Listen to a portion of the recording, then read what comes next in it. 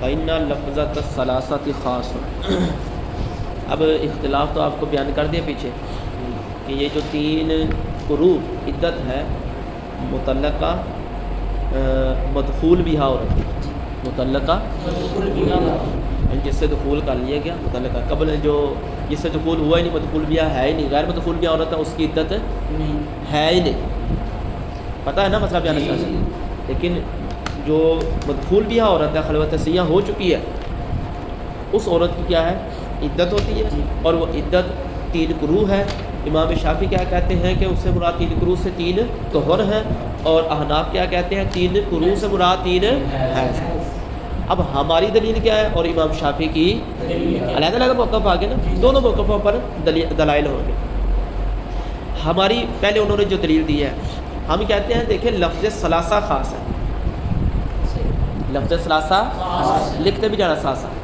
لفظ ثلاثہ کیا ہے؟ خاص ہے. اور کس میں خاص ہے؟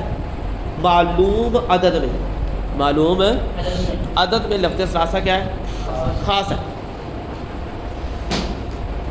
وہ معلوم عدد کون سا ہے؟ 3 کا. نہ جو ہے وہ کہتے ہیں کہ وہ 3 کا عدد کون سا ہے؟ جو 2 سے اوپر ہے، 4 سے نیچے. مخصوص ہے. وہ کیا ہے؟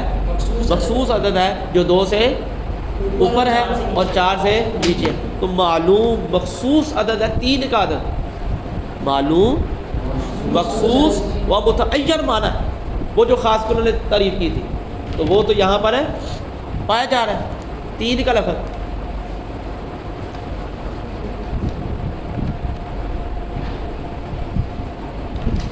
وہ تو پایا جا رہا ہے، وہ تو پایا جا رہا ہے یہاں پر. سمجھ لگ رہی ہے آپ کو؟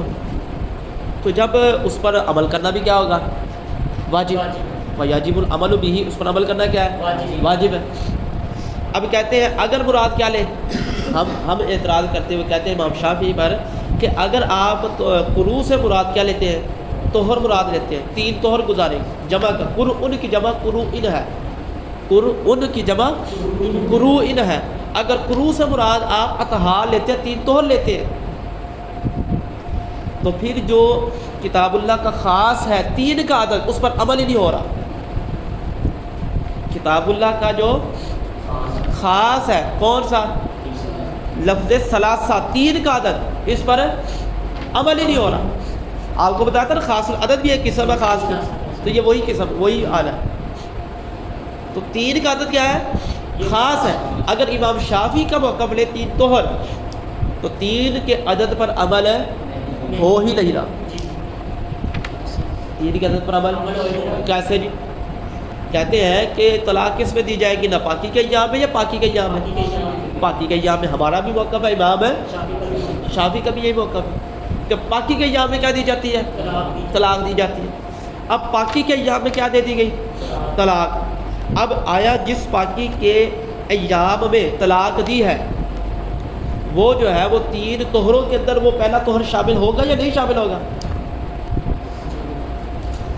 وہ 3 طہروں کے اندر پہلا طہر شامل ہوگا یا نہیں شامل ہوگا؟ اگر تو اس کو شامل کرے کہ وہ طہر بھی کیا ہے؟ مراد ہے. وہ طہر بھی مراد ہے، یعنی وہ پہلا طہر، اس کے بعد کیا ہے؟ ناپاکی کے یہاں حیض آ گیا. ٹھیک ہے. اس کے بعد پھر کیا آیا؟ طہر. اب کتنے طہر ہو گئے؟ 2 طہر ہو گئے. جس میں طلاق دی تھی وہ بھی، اور اس کے بعد حیض کے بعد پھر طہر ہے. کتنے طہر ہو گئے؟ 2. پھر اس کے بعد پہلے ہے، پھر اس کے بعد تیسرا طہر. جیسے تیسرا طہر مکمل ہوگا تو اس کی عدت ختم ہوگی. لیکن یہ 3 طہر مکمل ہوئے نہیں، یہ تو 2.5 طہر ہوئے، کیونکہ جس طہر میں طلاق دی تھی اس کا کچھ حصہ تو گزر گیا تھا. چاہے وہ 1 گھنٹہ بھی کیوں نہ گزرا تھا، 1 دن ہی کیوں نہ گزرا، کچھ نہ کچھ تو حصہ. مکمل طہر تو نہیں گزرا. مکمل طہر تو اس میں شامل ہی جو لفظ ثلاثہ کا کہ 3 طہر مکمل عدت گزارے، وہ تو ہوا ہی نہیں. وہ تو بلکہ یا تو 2.5 طہر ہو رہے ہیں یا 2.25 طہر ہو رہے ہیں. مکمل 3 کا لفظ کا اطلاق نہیں ہو رہا. اور اب کیا فرما رہا ہے؟ ثلاثہ کرو 3 طہر مکمل گزارو. ان کے مطابق تو 3 طہر تو ہو نہیں رہے. یہ کس صورت میں؟ جب اس طہر کو آپ شمار کریں جس میں طلاق دی. اور اگر کہتے ہیں کہ اس کو شمار، یہ امام شافعی کا یہ موقف ہے کہ اس کو شمار کریں گے، جس میں طلاق دی اس کو شمار ہے کریں گے. لیکن اگر ہم کہتے ہیں کہ اس میں بھی 3 طہر نہیں مکمل ہو رہے، لیکن اگر آپ شمار نہ کریں، آپ کہیں کہ اس کے بعد جو 3 طہر ہوں گے مکمل، وہ 3 جو ہے وہ کیا ہے، اس عورت کی عدت ہے. تو اس صورت میں 3 طہر بعد والا مکمل اور کچھ نہ کچھ اس کا حصہ، تو کتنے ہو گئے؟ 3.5 طہر، 3.5 طہر بن رہے، 3.25 طہر بن رہے، 3.25 طہر بن رہے. اور سمجھ لگ رہی ہے؟ تو کہتے ہیں کہ لفظ ثلاثہ جو معلوم ہے، متعین ہے، مخصوص ہے ایک خاص عدد کے لیے، اس پر تو عمل نہیں ہو رہا. کس صورت میں؟ امام شافعی کے موقع پر، جب آپ اس سے مراد کیا لیں؟ 3 طہر مراد. یہ سمجھ لگا امام شافعی پر اعتراض. اب امام شافعی رحمۃ اللہ تعالی علیہ انہوں نے یہ موقف کیوں اختیار کیے؟ انہوں نے ان کی دلیل کیا ہے؟ امام شافعی کی دلیل کیا ہے؟ امام شافعی کی دلیل یہ ہے، وہ کہتے ہیں دیکھیں بھائی، ہم نے جو موقف اختیار کیا ہے یہ بھی ایک اصول کے مطابق کیا ہے، ایک اصول کے مطابق کیا. کون سا اصول؟ وہ کہتے ہیں دیکھیں ایک معروف مشہور کہتے ہیں نحوی ہے کہ 3 سے لے کر 10 تک کے جو عدد آتے ہیں، 3 سے لے کر 10 تک کی جو گنتی استعمال ہوتی ہے، یہ ممیز تمییز کے اندر خلاف قیاس ہوتی ہے. یعنی اگر عدد مذکر ہے تو معدود مؤنث ہوگا، اور اگر عدد مؤنث ہے تو معدود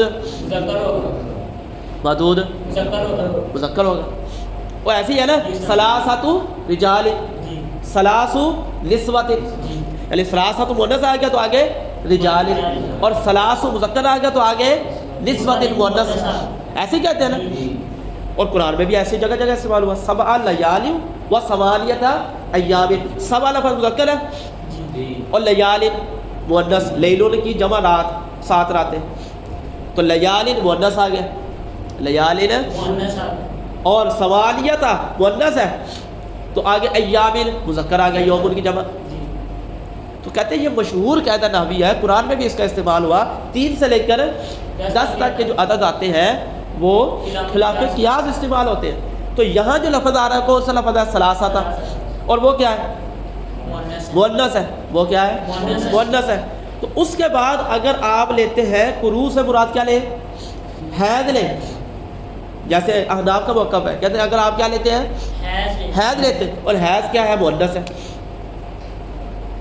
حیض کیا ہے؟ پیچھے ثلاثہ بھی مؤنث اور حیض بھی مؤنث ہے. آپ کو پتہ نا حیض مؤنث ہے. حائض کس کو کہیں گے؟ مذکر کو تو نہیں کہہ سکتے، اگر چلا ہوتا تو کوئی بھی نہیں، لیکن مؤنث کے لیے خاص ہے، تو مؤنث کے لیے تو لفظ حیض کیا ہے؟ مؤنث. لفظ حیض کیا ہے؟ جب یہ مؤنث ہے تو پھر ثلاثہ بھی مؤنث اور یہ بھی مؤنث. جب یہ تو ہو ہی نہیں سکتا، یہ تو مطابق کے قیاس ہو گیا، حالانکہ ہونا کیا چاہیے؟ خلاف قیاس. تو وہ کیسے بنے گا؟ جب آپ ثلاثہ کو مؤنث ہے اور آگے طہر مراد لیں قروء سے. قروء سے مراد کیا لیں؟ طہر مراد لیں. پھر ثلاثہ مؤنث اور طہر کیا ہے؟ مذکر. طہر کیا ہے؟ یہ کون کہہ رہے ہیں؟ امام شافعی.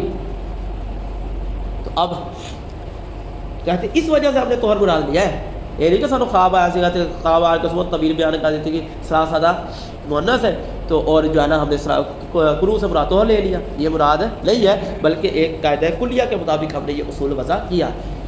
لیکن احناف کہتے ہیں کہ ہم بھی آپ کو جانے نہیں دیں گے. حضرت صاحب ہمارے پاس بھی دلائل ہیں، ہمارے پاس بھی.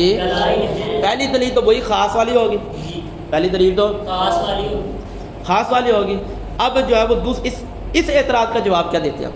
یہ جو امام شافعی نے کیا، اس اعتراض کا جواب ہم یہ دیکھتے ہیں. ہم کہتے ہیں دیکھیں بھائی بات یہ ہے کہ بعض اوقات 2 لفظ ہوتے ہیں. کیا ہوتے ہیں؟ 2 لفظ ہوتے ہیں. معنی ان کا ایک ہوتا ہے. کیا ہوتے ہیں؟ لفظ کتنے ہیں؟ 2. یعنی مترادف الفاظ ہیں، 2 لفظ ہیں. جیسا اسد و لیس ہے، 2 مترادف الفاظ، معنی کیا؟ ایک شیر. اسی طرح بعض کا 2 لفظ ہوتے ہیں، معنی ان کا ایک ہوتا ہے. جیسے ذہب اور عین. ذہب عین معنی دونوں کا ایک ہے، سونا. ذہب کا معنی بھی کیا ہے؟ اور عین کا معنی بھی سونا ہے. لیکن ذہب جو لفظ ہے یہ مذکر ہے اور عین اللفظ مؤنث ہے. لفظ عین کیا ہے؟ مؤنث. اور لفظ ذهب مذکر ہے. حالانکہ معنی دونوں کا ایک ہے. معنی دونوں کا ایک ہے. اور سمجھ لگ رہی؟ تو اسی طریقے پر یہاں پر یہاں پر لفظ جو کہتے ہیں کہ کرو کا جو لفظ استعمال ہوا، کون سا لفظ استعمال ہوا؟ کرو کا لفظ استعمال ہوا ہے. تو کرو کے لفظ کے اندر جو ہے کہتے ہیں کہ دیکھیں دو لفظ آ رہے ہیں، ایک ہے طہر اور ایک ہے حیض. ایک ہے طہر اور ایک ہے حیض. تو طہر اور حیض دو لفظ آ رہے ہیں. طہر اور حیض دو لفظ آ رہے ہیں. ٹھیک ہے، لیکن ایک کیا ہے؟ مذکر ہے اور ایک کیا ہے؟ مؤنث. ایک کیا ہے؟ بلکہ طہر کو نکال دیں، کرو لیں اور حیض لیں. طہر تو ان کا موقف آ گیا نا. آپ کیا لیں؟ کرو کا لفظ اور حیض کا لفظ. یہ دو لفظ آ رہے ہیں. کون سے لفظ آ رہے ہیں؟ کرو اور حیض. اب یہ دو لفظ ہیں، ایک کہتے ہیں ان میں سے مؤنث ہے اور ایک مذکر ہے. کیسے کہتے ہیں؟ کرو کا لفظ مذکر ہے ہم کہتے ہیں، اور حیض کا لفظ کیا ہے؟ مؤنث. معنی دونوں کا ایک ہے، وہ میلسیز اور بلڈ. جس طرح معنی دونوں کا ایک تھا نا، ذهب اور دو لفظ آ رہے تھے، معنی دونوں کا ایک تھا سونا. ایک مذکر لفظ ہے اور ایک اسی طریقے پر یہاں دو لفظ ہیں، ایک ہے کرو اور ایک ہے حیض. معنی دونوں کا ایک ہے بلڈ، لیکن ایک کیا ہے؟ مذکر اور ایک کیا ہے؟ مؤنث. تو رب تعالیٰ نے لفظی اعتبار سے جو لفظ مان رہا تھا مذکر کا وہ یہاں استعمال کیا، اور اس مذکر کے لفظ کا جو ہے وہ استعمال کرتے ہوئے لفظ ثلاثہ مؤنث لیا ہے. کرو لفظ مذکر ہے نا، تو پھر لفظ ثلاثہ تھا کو مؤنث لیا ہے. اگرچہ اس کا دوسرا لفظ بھی ساتھ موجود ہے، حیض، دوسرا لفظ بھی ساتھ ہے موجود ہے، لیکن کہتے ہیں ہو سکتا ہے بعض اوقات ایسے ہوتا ہے کہ دو لفظ ہوتے ہیں، ایک مذکر ہے دوسرا مؤنث. تو لفظ کرو مذکر ہے، کوئی علامت تنیث نہیں ہے، کوئی علامت تنیث نہیں ہے. تو کہتے ہیں یہ لفظ استعمال کس میں ہوگا؟ مذکر میں ہوگا. تو لہذا کہتے ہیں ایک تو خاص ہے، سب سے پہلی دلیل اور سب سے مضبوط دلیل، اس پر عمل نہیں ہوگا آپ کے موقف کے مطابق. ہمارے موقف کے مطابق تو عمل ہو رہا ہے. کیسے؟ کہ ہم نے کہا طہر میں طلاق دی ہے، طہر میں، اور اس کے بعد کیا کرے گی؟ 3 حیض گزارے گی. یعنی بعد میں کیا آئے گا؟ نپاکی کا ایام آئے گا، تو مکمل ہے. اس کے بعد پاک ہوگی، اس کے بعد پھر نپاکی کا ایام آئے گا، وہ مکمل حیض ہوگا. پھر اس کے بعد باقی کے ایام آنے کے بعد پھر مکمل ہے حیض آئے گا. تو یہ 3 حیض مکمل ہے، اور جیسے ہی تیسرا حیض ختم ہوگا تو اس کی عدت ہے. تو ہمارے موقف کے مطابق تو کوئی غبار ہی نہیں ہے 3 حیض کے گزارنے میں اور 3 لفظ ثلاثہ پر عمل کرنے کے اندر. لیکن آپ کے موقف کے مطابق چاہے وہ ادھر سے کان پکڑے، چاہے وہ طہر شمار کریں، چاہے وہ طہر شمار نہ کریں، بہر صورت لفظ ثلاثہ پر عمل ہی نہیں ہو رہا. اور جو آپ نے دلیل دی ہے کہ وہ جو 3 سے لے کر 10 تک، اس کا ہم نے جواب دے دیا ہے کہ لفظ کرو کے لفظ کا اعتبار کریں گے، معنی کا نہیں. لفظ کرو کے لفظ کا اعتبار کریں گے، اور لفظ کرو کا جو لفظ ہے وہ کیا ہے؟ مذکر ہے. تو بعض اوقات ایسے ہوتا ہے 2 لفظ ہوتے ہیں، ایک مذکر کے لیے استعمال ہوتا ہے، دوسرا مؤنث کے لیے. ایک مذکر ہوتا ہے، دوسرا مؤنث ہوتا ہے. ایک مذکر ہوتا ہے، تو اس میں کوئی حرج نہیں ہے. اسی طریقے پر یہاں پر استعمال ہوا ہے. یہ بات آپ کو سمجھ لگی ہے؟ تو یہ امام شافعی پر اعتراض بھی ہو گیا. امام شافعی کے جو دلیل تھی اس کا جواب بھی ہو گیا. امام شافعی کی جو دلیل تھی اس کا جواب بھی ہو چکا ہے. ذرا دیکھیں ہم اس کا ترجمہ. فإن لفظ ثلاثہ، بے شک ثلاثہ کا جو لفظ ہے خاص، یہ خاص ہے فی تعریفی آدھا دن معلوم. تعریف لفظ مضاف ہے، آدھا دن معلوم یہ مخصوص صفت ہو کر یہ تعریف کا مضاف ہے، اور مرکب اضافی ہو کر فی جار کا مجرور بن جائے گا. تو کافی تعریف آدھا دن معلوم. لفظ ثلاثہ خاص ہے کس میں؟ معلوم عدد کی تعریف میں، متعین عدد کی وضاحت میں، تعریف میں کیا ہے؟ خاص ہے، کوئی دو رائے نہیں ہے. فیجب العمل بھی، لہذا اس پر، اس ثلاثہ پر عمل کرنا کیا ہو گیا؟ واجب، ضروری ہو گیا. اور ہم نے پیچھے آپ کو بتا دیا ہے کہ اس کے مقابلے میں، کتاب اللہ کے خاص کے مقابلے میں خبر واحد ہو یا قیاس، اس کا اعتبار نہیں کیا جائے گا. ولو حمل الاقراء، ولو حمل الاقراء، یہ شرط ہے یہاں سے. ولو حمل الاقراء کہتے اگر محمول کیا جائے اقراء کو، اگر محمول کیا جائے اوپر لکھا ہو اقرا کس کی جمع ہے؟ قرء کی جمع قرء یعنی قرء کی جمع ہے. کہتے ہیں اگر اقرا کو معمول کیا جائے علی الاطہار کس پر ہے؟ اطہار پر. اطہار کیا؟ طہر کی جمع. اس پر معمول کیا جائے یعنی طہر بنا لیا جائے قرء سے. کما ذهب الیہ الشافعی علیہ الرحمہ جس کی طرف امام شافعی علیہ الرحمہ کے ہیں. کس دلیل کی بنیاد پر؟ امام شافعی نے یہ موقف کس دلیل کی بنیاد پر لیا؟ وہ دلیل آگے ذکر کر رہے ہیں. بی اعتبار کرتے ہوئے ان طہر مذکر کہ لفظ طہر کیا ہے؟ لفظ طہر کیا ہے؟ دون الحیض نہ کہ حیض. تو لہذا خلاف قیاس ہونا چاہیے. اور سمجھ لگ رہی ہے؟ وقد ورد الکتاب وقد ورد الکتاب تحقیق کتاب وارد ہوئی ہے. تحقیق کتاب وارد یعنی کتاب اللہ کا خاص وارد ہوا ہے. کتاب اللہ کا خاص ہے کتاب وارد ہوئی ہے. کتاب اللہ کے اندر ثلاثہ قروء لفظ آیا ہے. فی الجمع کس میں؟ جمع میں. فی الجمع جمع میں باللفظ التانیث تانیث کے لفظ کے ساتھ. یعنی ثلاثہ کا لفظ جو ہے جمع میں آیا ہے اور کس کے ساتھ آیا ہے؟ تانیث کی علامت کے ساتھ آیا. لفظ تانیث کے ساتھ آیا. لفظ تانیث کے ساتھ ہے. یعنی قروء ان کا لفظ جو ہے وہ لفظ یہاں پر استعمال ہوا ہے اور کس کے ساتھ آیا ہے؟ مؤنث کے ساتھ. یعنی کہ اس سے مراد جو ہے وہ کہتے ہیں ثلاثہ کیا ہے؟ مؤنث ہے. ٹھیک ہے. اور جمع میں آ رہا ہے. آپ کو پتا ہے جمع مجرور آتی ہے اور خلاف قیاس آتی ہے. پھر جمع جمع میں آیا ہے قروء اور کس کے ساتھ آیا ہے؟ بلفظ تانیث. یعنی جمع سے مراد آپ جو ہے وہ کون سا لفظ لیں گے؟ قروء کا. اور لفظ تانیث سے مراد کون سا لفظ لیں گے؟ ثلاثہ. کہ کتاب وارد ہوئی ہے جمع میں یعنی قروء میں کس کے ساتھ؟